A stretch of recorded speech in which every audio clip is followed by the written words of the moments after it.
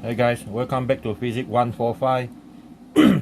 Now we look at chapter 7. That is the oscillatory motion and wave. So oscillatory motion, we look at only one simple type of motion. It's called simple harmonic motion.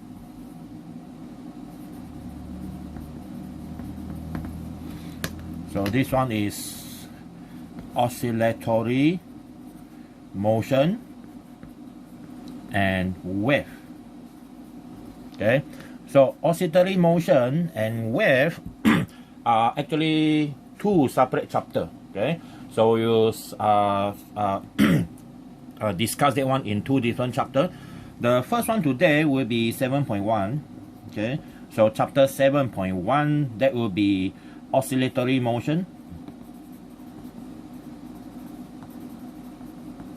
So under oscillatory motion, we have so many type of motion. Okay, so generally, okay, we have harmonic motion. Okay, harmonic motion.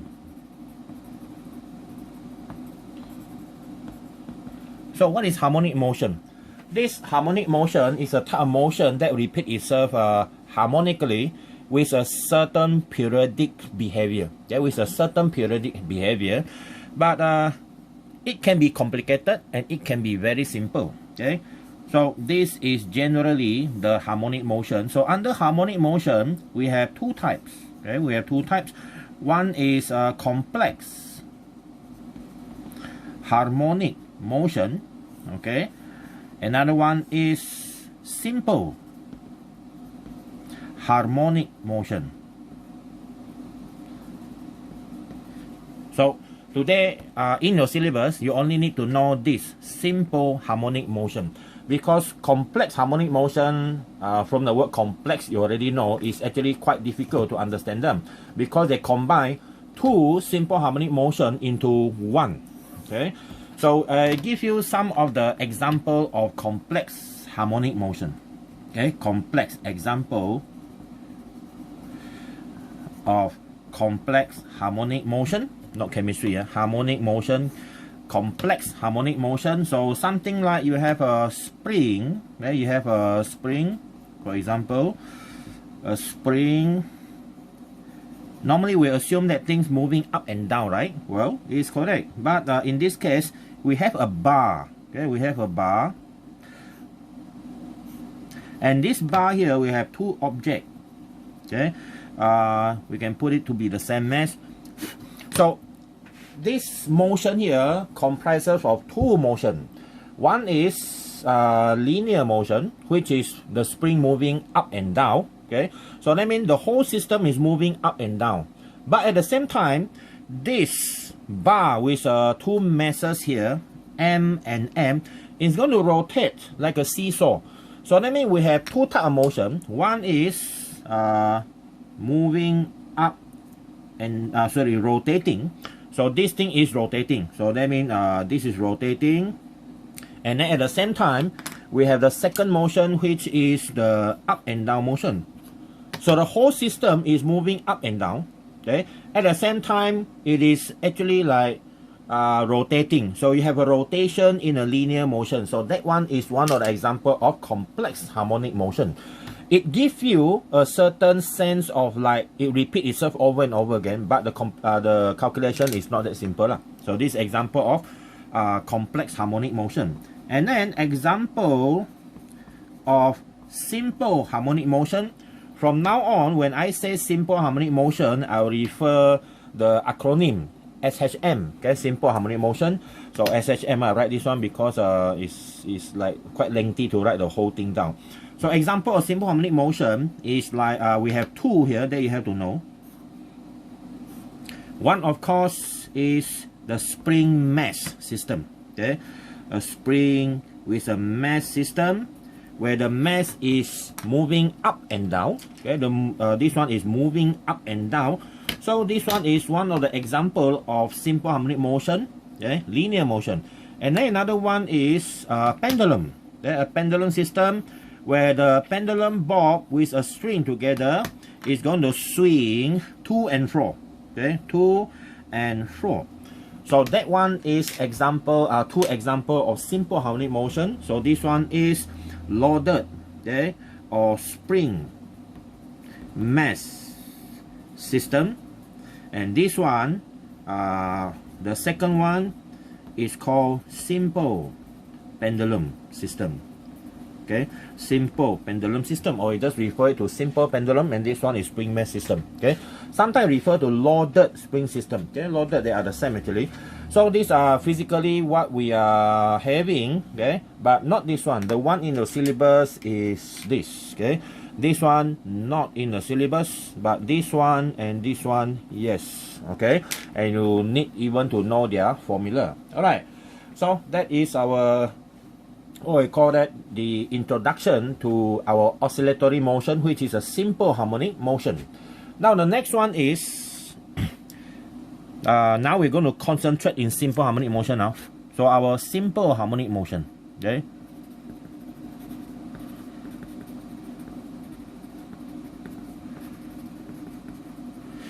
So our simple harmonic motion has a definition, okay, has a definition. So we're going to define the meaning of simple harmonic motion. So SHM, or simple harmonic motion, is defined to be a motion that has its acceleration, okay, always opposite of its displacement. Okay, so you see that a system, okay, that actually has an acceleration, but the direction of the acceleration is always opposite to the direction of its displacement. So we take the spring for example. Okay, we take the spring for example. We draw a few diagram here. Okay, so first one, okay, this is a first diagram. Let's say the spring is now being stretched. Okay, sorry, this one is the spring not yet being stretched. This one is what we call that at equilibrium position. Okay, equilibrium position, this is all. It might go up and go down. Okay, and then number two, when we pull the spring, okay, so when we pull the spring will become elongated, become longer, and now the object is below this equilibrium line. Okay, so you see the displacement of the spring is downward. See or not? It's downward. This is a displacement x. Okay, displacement x. But when you release, what happens when you release is this object, okay, M, the object M here, is going to experience a force downward because upwards, because you're pulling it down. So the spring definitely is going to pull it up. So you're going to have a acceleration in that direction. Okay, the acceleration will be in that direction because the F is equal to ma. So now F equal to ma. This one have a mass m here. Okay, mass m, mass m. So you see the direction of your force is the direction also for your acceleration. So your acceleration and your force is being pulled up. Your acceleration is upwards. It is upwards. So that means your A is directly proportional to the negative x in the negative direction. All right. So we know that already. Now the next one is when this object is being pulled up to above the O line. Okay, above the O line. This is the third one. So what happened now is under the same above. When the object is above this O line equilibrium position, the spring actually is under compression. You are now compressing the spring. What happens when you compress the spring? The spring will try to kick back. Okay, even though at this moment your object already have displacement going up. Okay, this is your displacement x, but because your spring is under compression, so what happens is your mass is going to be pushed downwards.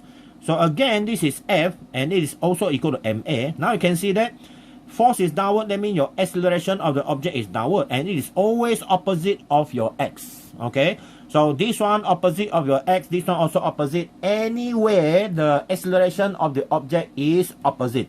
So the conclusion is, when we try to write equation, your a is directly proportional to the negative x, okay, to the negative x. So now, when we try to form equation, okay, from here, we have a equal to negative kx, okay, negative kx. So normally this k is replaced by something else. It is omega square. Okay, so that is our main equation for this chapter. This is a main actor here, the one that get Emmys awards here. All right. So now, why is this one important? Well, anything happen in a harmonic motion, whether complex or simple, but when it comes to simple harmonic motion, finally, when you do mathematics and you prove that the A is something like this, then you have proven that that motion is a simple harmonic motion. All right. So that is what we can say about simple harmonic motion. All right. Now that is the first one. Yeah. But we have to know that one is happen physically. For example, you look at the spring moving up and down, moving up and down. So if you look at the motion, mathematically, it is represented by something that you already learned, the thing that is repeating itself over and over again, okay? And that function is one or two of the trigonometric function that you have already learned, which is the sine function and also the cosine function, all right? So we're going to derive the formula for this type of motion. So before that, we have to look at equation. How do we calculate the, what we call that, the displacement of this function, number one, and then velocity, and finally come to this one. There are two equations with each function. Displacement in a function of time and also in a function related to something else. Okay, we'll look at it something like this. Now, we know that this one is a function of sine or cosine. Okay, simple harmonic motion can be represented mathematically, okay, using sinusoidal, okay, sinusoidal function, which are sine or cosine functions. Okay, either one is a sine or cosine function because they are sinusoidal function. That one you already learned in mathematics. Okay, sine and cosine function under trigo. Okay, under trigo. So now we look at if the object, okay, which one we use, sine or cosine, depends on the condition, the initial condition of our simple harmonic motion. Okay, so we draw two possibilities here, and of course this one is with t, and this one is the displacement, the x here. This is the x, this is the x. That means the displacement against time. What happened to the displacement against time? Sometimes object, okay, when we measure the displacement, we start from zero. We can start from zero. If you start from zero, you have this type of motion. And this one is represented by sine function. Okay, so definitely this one here, if the wave starts from zero, so you have x is equal to a, which is the amplitude, multiplied by sine omega t. Okay, sine omega t, where this a value is the maximum displacement from the equilibrium. This one is a, this one negative a, with this one here o, and this value here is the t, the period. Okay, but sometimes it's also possible that the function does not start from zero. Okay, you start with maximum value. Okay, maximum value like this. Okay, so we draw two repetition here. So this one here is the period t. Okay, period t. But you see, it does not start from zero, but it starts from maximum value a or negative a. So this function here is cosine function. So our cosine function is this one, cosine omega t. So that is that are the possibility of the function that we can use, sine or cosine. All right, sine or cosine. But if you remember back when you are doing experiment, okay, when you started to do experiment involve simple pendulum. Normally you pull the pendulum until sideways, okay, and then if you are asked to measure the period, you need to measure 20 times, right? So what happens is you let the pendulum swing for a while, and then by the time it reaches a maximum, you start your stopwatch. So you see, you start your stopwatch when it reached maximum, and then started to calculate 1, 2, 3, and so on. So that means you are using cosine function. You are using cosine function because you start your t equal to 0 is when you start your stopwatch at maximum, when the object is at the furthest point from the equilibrium, which is here. Okay, you do the same thing for the simple spring mesh system also. Why we don't start from center? Because the object is moving the fastest when it comes to the center point. So that's why you're going to have a very large error when you do like that. So normally we use cosine, okay, cosine function. So pay attention, we're going to use this one more than anything else. So we're going to start our next analysis of equation, okay, by using x equal to a cosine omega t. All right. So here we already have our equation. So first one, we don't have to do anything. Displacement. Okay, we look at the equation of displacement. Displacement of simple harmonic motion. Okay, of object under simple harmonic motion. So we have this. The x is equal to a cosine omega t. So that is our first one. Because we already discussed it here, so we're going to straight away use this equation. And then come to the next one. So this is our page 1. Our next one is, how are you going to get the velocity of the displacement of the object under simple harmonic motion? All right. So our next one is velocity, okay, of simple harmonic motion. Okay, velocity of simple harmonic motion. All right. So this velocity here, we know one thing from calculus. You can use a little bit of calculus to get the equation, because we already know this equation here. Okay, this equation here for displacement, x is equal to a cosine omega t. Okay, omega is a constant, right? Omega, we know that is a constant from here. Okay, here this is a constant. Okay, so write down here, omega is a constant that we call angular frequency. Okay, angular frequency. So it is a constant that has a unit of radian per second. All right. So the same thing here. Okay. Now velocity. Okay. The symbol is v. So our velocity here, we know that it is dx dt. So you already learned calculus. Okay. You already learned calculus. So I assume that most of you or all of you must have taken additional maths in Form 4, Form 5.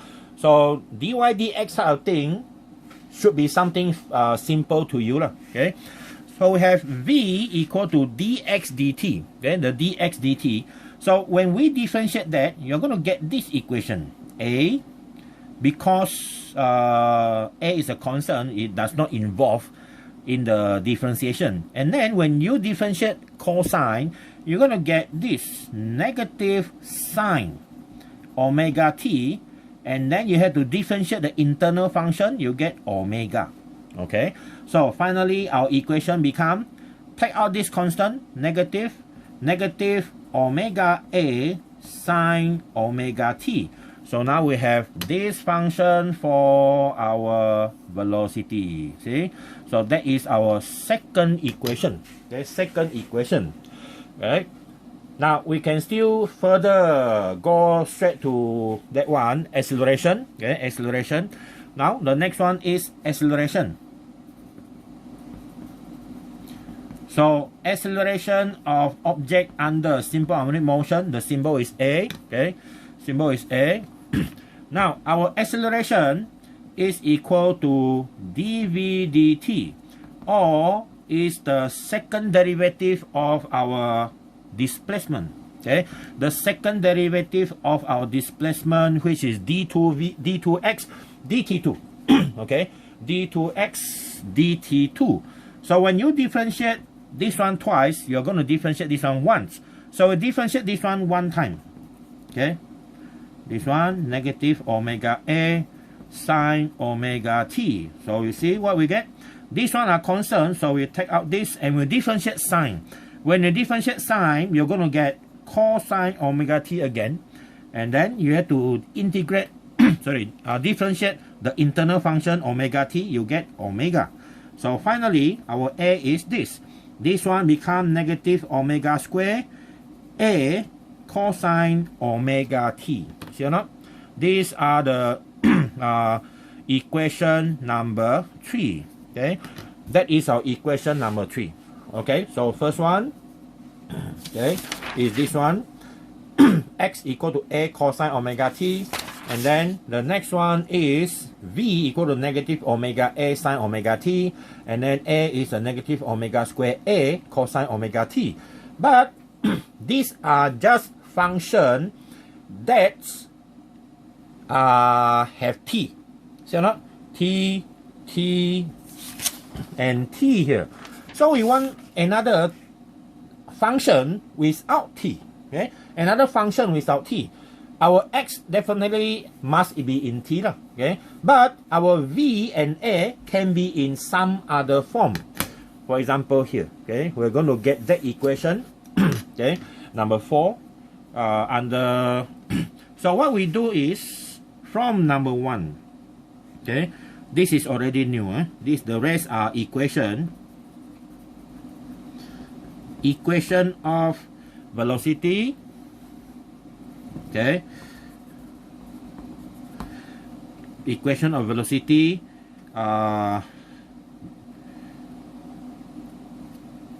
with displacement. What is the meaning of this? Okay, so now we're going to look at equation that combine the x with the v. Okay, x with the v. So this one will be like this. From number 1, we have x is equal to a cosine omega t, right? And then from number 2, we have this one. V is equal to negative omega a sine omega t. So what happens when we square this equation? Number 1 square, you're going to get x square equal to a square cosine square omega t. And then we square again equation number 2. We get v square, and this one is omega square a square and sine omega t square. Okay, and then what happens when we sum them up?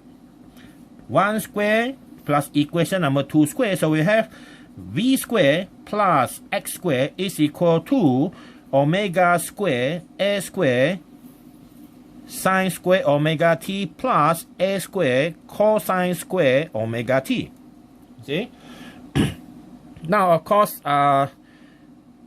we have a problem with the w here. Where is my w now? X, this one. Oh, sorry. I have to redo this one because I forgot to change the omega over to this side. Okay, so never mind, we leave this one alone first. We come back to this one. From number 2, we have v like this. So we take the omega over here. So we have v over omega become negative a sine omega t. Alright, this one is our new number 2. So our number 2 now is going to change a little bit. Sorry about that mistake. Okay, so we're going to have a square and then over omega square, right? You see or not? Over omega square. And then when we sum them up, we're going to get this over omega square and this one normal omega. Okay, this omega normal already. So we only have this one. Okay, a square sine omega t square. Now, if you observe something, this one we can factor out, right? We can factor out them. So leaving this one with only this a square sine square omega t plus cosine square omega t. Now, if you are smart enough, now this value here is the trigonometry identity number 1, and their value is equal to 1. Okay, So when this value equal to 1, you now have a simplified version of equation. V square over omega square plus x square is equal to a square. Now you multiply everything with omega. You're going to get v square equal to omega square x square. Oh, sorry, plus.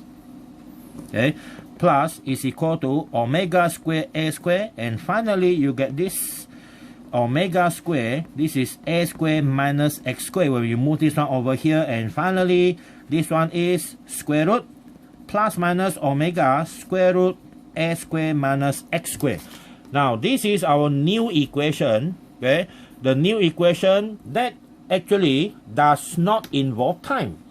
Your v, this one have time, but this v only have a and x, and this one I will call equation number 4. All right. So this is our equation number 4 that involve v and x. So now equation of velocity with displacement. And the next one is related to a with displacement. This one very easy. You have seen the equation before just now. Okay, let's show it. So equation of acceleration with displacement. Okay, with displacement. So this is our next equation here. So our equation, first one is from number 1, definitely this is what we have. And then from number 3, we have this, a equal to negative omega square a cosine omega t. Now if you look carefully, this whole thing here is actually equal to x, right? So by putting number 1 into number 3, you have a equal to negative omega square x. Now, is this equation familiar? This is exactly the definition of simple harmonic motion here. All right. So I will just leave this one alone. So I will call this equation number 5. Okay, equation number 5. All right. So guys, this is how we're going to derive the equation. So there are okay, altogether 5 equations to remember, right? 1, 2, 3, 4, 5. But don't worry, in the exam later will be given. Alright? Okay, so if you can remember, that is even better. But I believe you can remember because if you can remember your girlfriend's handphone number, the email, the IC number, the address, sure you can remember this one. Okay, so just change the equation into your girlfriend. That one will become much more motivated. Alright. Okay, so we have the function already. So now what we need is, we need to find the equation, okay, for the energy. Because when we talk about this motion, equation of energy become very important. Okay, so the next one is the energy of simple harmonic motion. Okay, energy for object under the simple harmonic motion, and that energy, we have 2 types of energy. Okay, number 1 is the kinetic energy. So here we're going to use K, and then number 2, the next one is potential energy. Okay, potential energy. Normally, it's not referring to the gravitational potential energy because it normally refers to spring potential energy. So we use a symbol of U, okay, potential energy, right? So the total energy will be K plus U, kinetic plus potential. This is a mechanical energy, all right? So how do we get the kinetic energy? Number 1, okay, we look at the kinetic energy. Now you know that kinetic energy normally refer to the mass and also the velocity. So we already have a velocity function, right? So now we are more interested in the kinetic energy that use this function, okay? The V and this one, okay? But you can also get from here, but we're going to derive both of the equation. So the first one, kinetic energy, K, is given by half mv squared, okay? Half mv squared. So we can use the equation number 2, okay? So we get our first equation of kinetic energy, which is half n and multiply by this negative omega a sine omega t squared. So when you square that function, you're going to get half m omega square a square sine square omega t. Okay, so that is our equation for kinetic energy that relate to time. See, and this is equation number 6. Okay, equation number 6. And then the next one is, if we don't put this one like this, we can put number 4. Okay, from here. See this? So our K is also equal to half mv square, but our v square is the whole thing here. See this? This is the whole thing. So we have half m omega square a square minus x square. So finally, your kinetic energy is half m omega square multiplied by a square minus x square, or normally we take it out. Okay, we take it out, half m omega square a square minus half m omega square x square. And we take this one to the front. We put k is equal to negative half m omega square x square plus half m omega square a square. Okay, there is a reason why we put like that. Okay, I'll let you know later. Okay. Okay, so that is our equation number 7. It is still related to kinetic energy. Okay. Alright. Complicated, not? Yeah. You are engineering student, you should know all these things. Alright. Okay. Electrical engineering some more. You are the best of the best in UiTM Samarahan number 1. Okay. Now, next one is our elastic potential energy. Okay. Elastic potential energy. So we need page number this is number 2. Okay, this is page number 2. So the next one is gravitational potential energy,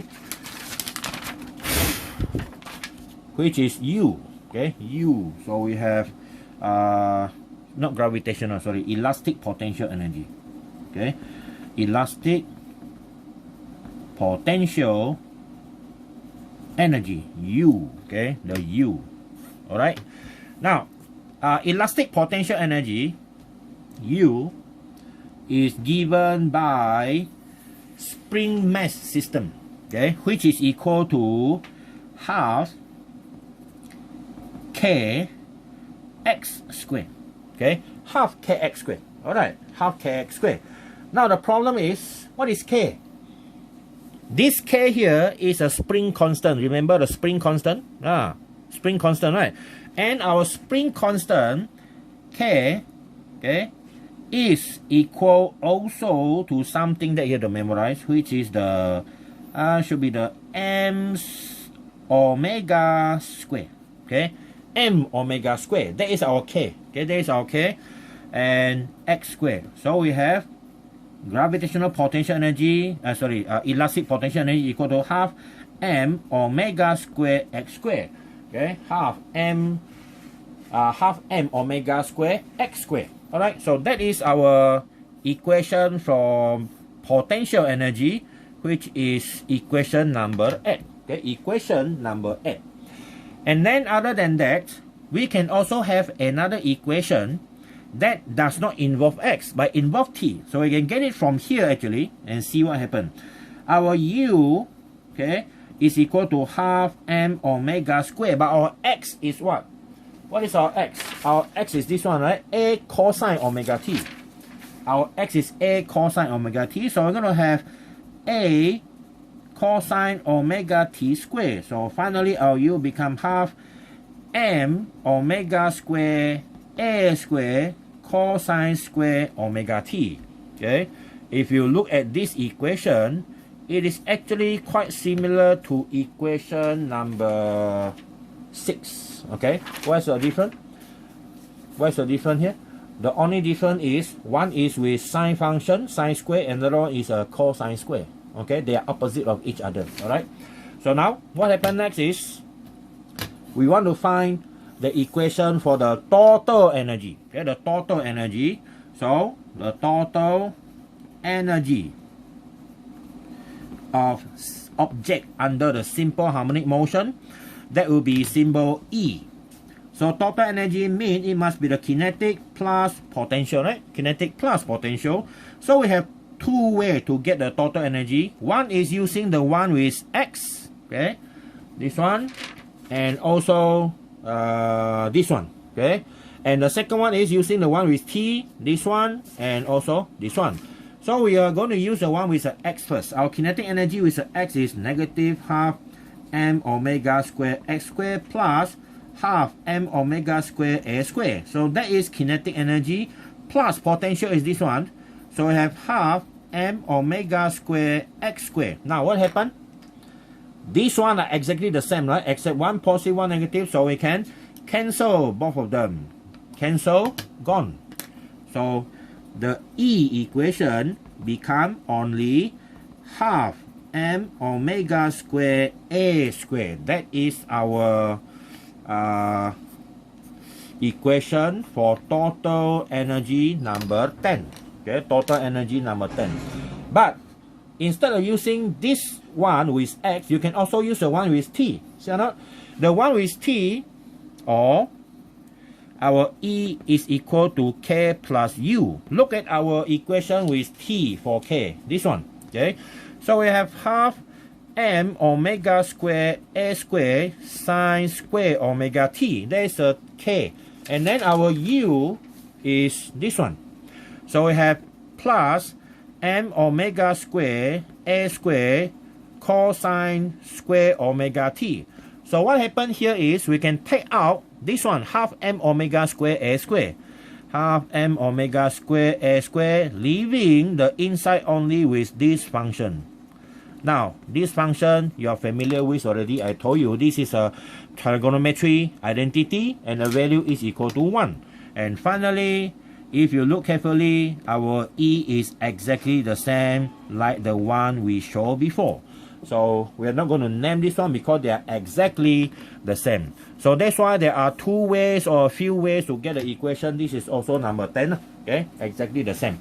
Okay, so that is the equation for energy. Okay, the equation for energy for simple harmonic motion. All right.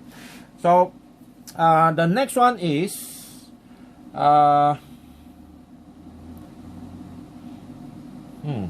the formula. Okay, the formula to calculate the frequency and also the period of spring mesh system and also for pendulum. Okay, so look at this one under this. Okay, period and frequency of simple harmonic motion. Okay, period and frequency of simple harmonic motion. This is page number 3. First one, okay, is spring mesh system. Okay, spring mesh system. All right, so we need to have something like, okay, the object that is hanging under the spring has a mass m, and of course the spring has something that we call the spring constant. Okay, spring constant. Spring constant tell us how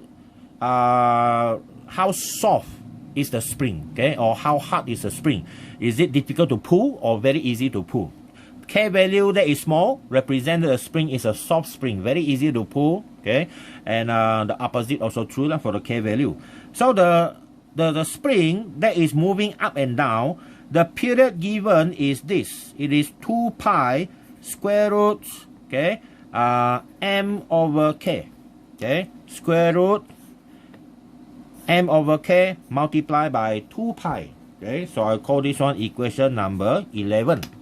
And other than that, you can also calculate frequency. But we know frequency is 1 over t, right? So everything upside down. So it becomes 1 over 2 pi square root of k over m. Alright? So you don't have to purposely memorize two equations. You can just memorize the one and then the frequency is the opposite. So I will call this one anyway by equation number 12. Alright? So that one is for spring mesh system. Sorry, I forgot to write.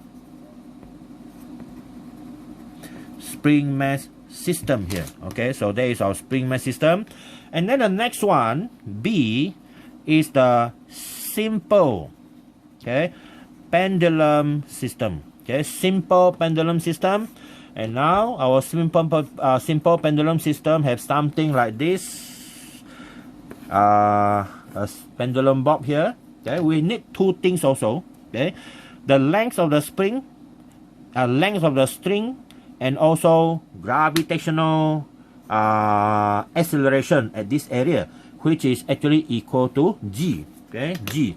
Without G, this thing will not swing. Alright. So the formula for the period is given by this. Memorize. 2 pi also, you see, they are the same format. 2 pi and L over G. Okay, L over G. Alright, so that is a formula that you actually seen it before in Form 4. Okay, and then the frequency, of course, is the opposite, which is 1 over 2 pi square root G over L. Okay, G over L. Alright, so by looking at this equation, okay, we can answer a few questions. Okay, for example, you see simple pendulum system, the like grandfather clock depends on gravity. But this one, spring mesh system, does not depend on gravity. So if you bring this one to outer space where the gravity changes, your clock will not be accurate anymore. But for this one, the spring is not affected by the gravitational acceleration, so it stays very accurate.